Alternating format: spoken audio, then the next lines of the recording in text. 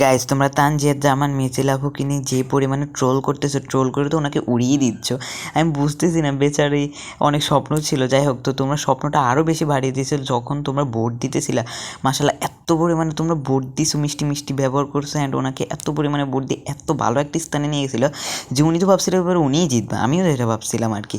যাই হোক, এবার উনি বিগিনি পড়লো, বিগিনি পড়ার পরে যে পরিমাণে এখন ট্রোল শুরু হয়েছে, বেচারি তো মানে লাইভ এসে যে কান্নাকাটি, আমার একটু খারাপ লাগছিল। কারণ এটা হচ্ছে ওনাদের এখানে একটা নিয়ম, আমি যতটুকু জানি, আমি ভালো মতো জানি না, বাট আমি যতটুকু জানি অনেকগুলো ড্রেস দেওয়া হয় এবং অনেক দিন ধরে একটা মানে প্রোগ্রামগুলো অনেক দিন হয়। তো ওই দিন হচ্ছে ওনাদের বিগিনি পড়ার একটা প্রোগ্রাম ছিল আর কি। তো উনি পড়ছে, উনি তার একা পড়ে না, অন্যান্য কান্ট্রি পড়ছে। অ্যান্ড উনি ইসলাম ধর্ম, দেন আমাদের মুসলিম ধর্ম, এগুলার মানে ওইগুলোর ইস্যু উনি তুলতে চাচ্ছিলেন না।